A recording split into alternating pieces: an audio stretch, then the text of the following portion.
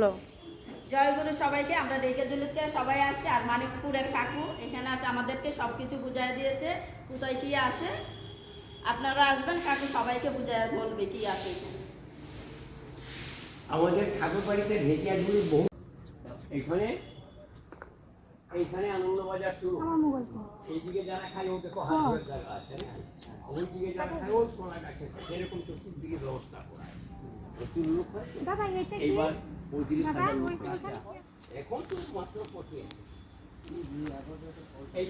এই যে বোর্ডটা টক কিছু লাগে না, কিচ্ছু না, না টক লাগবে না মিষ্টি লাগবে। জানুয়ারিতে এখানে পারবেন রান্না হয়।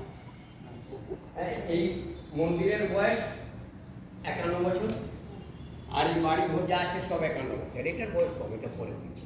আর ওইটা আমার, ওইটা 51 বছর। আর সবাইকে জানাই আন্তরিক জয়গুরু। আমরা মানিকপুর চলে আসছি, মানিকপুরের চুলা এই যে দেখুন। আপনারা যারা না আসছেন মানিকপুরে আসবেন, এসে চুলাগুলো দেখবেন। এখানে পিকনিকে রান্না হয়।